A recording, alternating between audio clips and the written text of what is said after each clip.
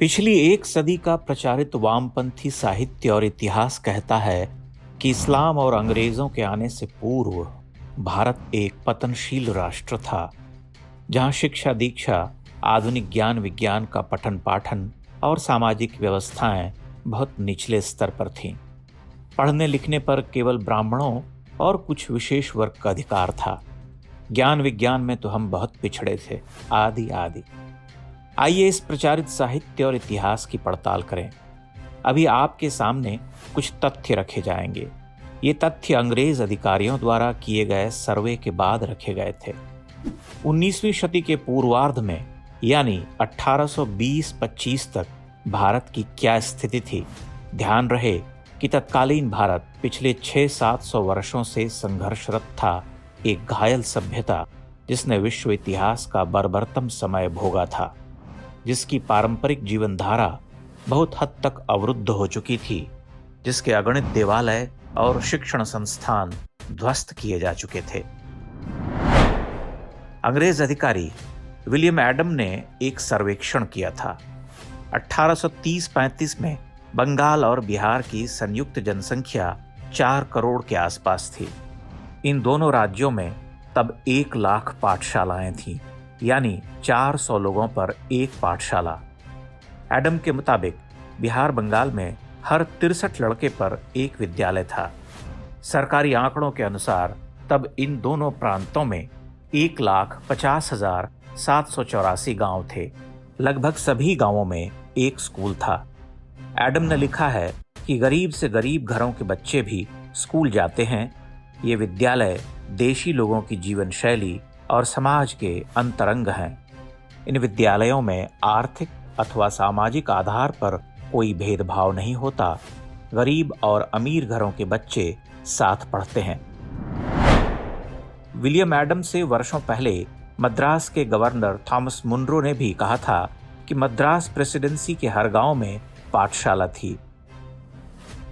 Bombay presidency के बारे में भी यही तथ्य सामने आता है, बल्कि वहां के बारे में अंग्रेजों ने लिखा कि बड़े गांवों में एक से अधिक पाठशालाएं थीं। लगभग पूरे भारत की यही स्थिति थी।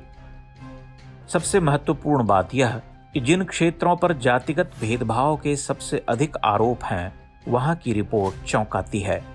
अंग्रेजी सर्वेक्षण कहता है कि मद्रास के आरकाट में केवल 13% छात्र ही द्विज वर्ण के थे। मद्रास शहर में यह प्रतिशत केवल 23 था, जबकि कथित शूद्र छात्रों की संख्या क्रमशः 76.19 और 68.62% थी। यही आंकड़ा लगभग पूरे दक्षिण में मिलता है। तेलुगु भाषी क्षेत्रों में द्विज वर्ण के छात्रों की संख्या कुछ अधिक है। मद्रास प्रेसिडेंसी की रिपोर्ट में शूद्र और तथा कथित अंत्यज जातियों यानी डोम, चांडाल, जालिया, व्याध और ढांगर के छात्र तक स्कूलों में पढ़ते थे। अन्य कथित निम्न जाति के छात्रों की तो कोई बात ही नहीं।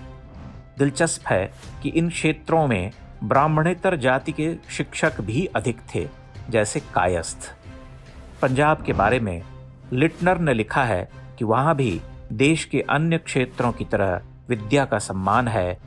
ऐसा एक भी मंदिर या धर्मशाला नहीं जहां स्कूल न हो।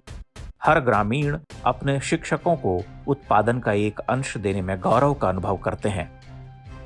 लिटनर के अनुसार पंजाब पर ब्रिटिश आधिपत्य से पहले लगभग 3.5 लाख छात्र छात्राएं पढ़ रहे थे। वहां 5 अलग अलग तरह के स्कूल हुआ करते थे। यह एक छोटा तथ्यात्मक सर्वे है। सर्वे करने वाले भारतीय नहीं, अंग्रेज थे। उनकी ही रिपोर्ट है। यह उस काल का सत्य है जिसे हम लुटे पिटे भारतीय काल के रूप में याद करते हैं, जहां शतियों तक बर्बर ताकतों से खूनी संघर्ष के बाद हम एक अन्य शक्ति से संघर्ष प्रारंभ कर चुके थे। वह अन्य शक्ति स्वयं अंग्रेजों की थी। इस रिपोर्ट को पढ़ने के बाद आप प्राचीन भारत की शिक्षा व्यवस्था के बारे में केवल कल्पना कर सकते हैं।